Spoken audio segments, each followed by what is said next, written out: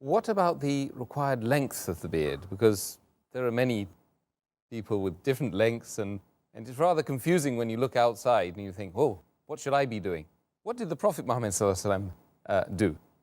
As far as the length of the beard is concerned, the scholars are divided. They have different opinions. And as for what is the length of the beard, there are two opinions. One group of scholars say that because the hadith of Sahih Bukhari, volume number 7, book of dress, hadith number 5892 says, the Prophet said, do the opposite of what the pagans do. Keep the beard and trim your mustaches. So because the commandment is keep the beard, that means they say that it should be kept. That's it.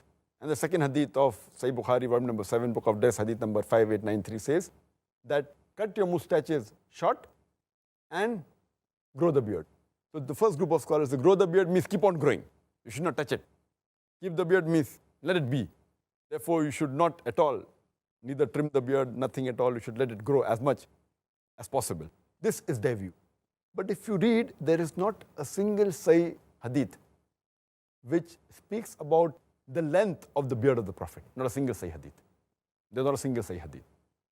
But according to Sheikh Utaymi, he says that we understand when the hadith says that keep the beard or grow the beard, it means you should leave it, you should not touch it, and let the length be as much as possible. And if someone shaves it as a haram, and someone trims it to the size of a fist, that is the other view, then it is makruh.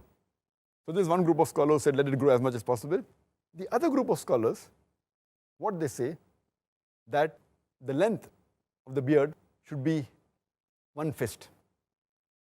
As I mentioned earlier, there is no Sahih hadith which speaks about the length of the beard of the Prophet. There's a hadith which is a Zaif hadith or a Mawdu hadith.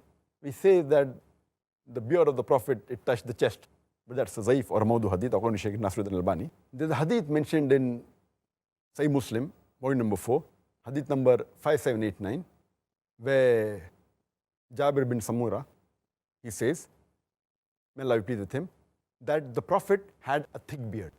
So there are many Sahih hadith which say the Prophet had a thick beard, but doesn't mention the length of the beard. But this group of scholars, they say that since the length of the beard is not mentioned, what we have to do is we have to look at how the Sahabas kept their beard. The length is not mentioned, so we have to look at the Sahabas, because the Prophet said, if you don't find in my example, then look at the people around me in this generation, at the companions, Sahabas. And when we look at the Sahabas, we find several authentic hadith, more than 10 Sahih hadith, which say that the Sahaba, they kept their beard at the length of one fist. And whatever was below the one fist, they trimmed the beard. Including Ibn Umar, may Allah be pleased with him, Ibn Abbas, may Allah be pleased with him, Abu Huraira, may Allah be pleased with him. All these Sahabas which are very close to the Prophet, they trimmed their beard. Even those Sahaba who narrated the same hadith, Ibn Umar, may Allah be pleased with him, hadith of Sahih Bukhari, volume number 7, book of Death, hadith number 5892. Ibn Umar, may Allah be pleased with him, who narrated the hadith, that the Prophet said that do opposite of what the pagans do. Keep the beard and trim your mustaches. Immediately after that, the hadith continues and says that whenever Ibn Umar, may Allah be pleased with him, used to go for Umrah and Hajj. After Umrah and Hajj, he used to catch the beard with his fist, and whatever was below the fist, he used to cut it. So imagine those Sahabas who narrated the hadith, and all these Sahabas, Ibn Umar, Ibn Abbas, Abu Huraira, may Allah be pleased with them all, they were staunch followers of the Sunnah of the Prophet. And they narrated the hadith. When they narrate the hadith of trimming the mustache and keeping the beard, growing the beard, they understood the way the Prophet wanted. So why did they trim the beard? If the view of the first group of scholars, that's right, that keep on growing, growing means how to grow? The way the Prophet grew. And if there's no hadith indicating his sayings or actions, then you look at the way the Sahabas did. That's the way how you analyze the hadith. That's the reason Shaykh Nasruddin al-Albani, he says that the right size of the beard should be the size of a fist.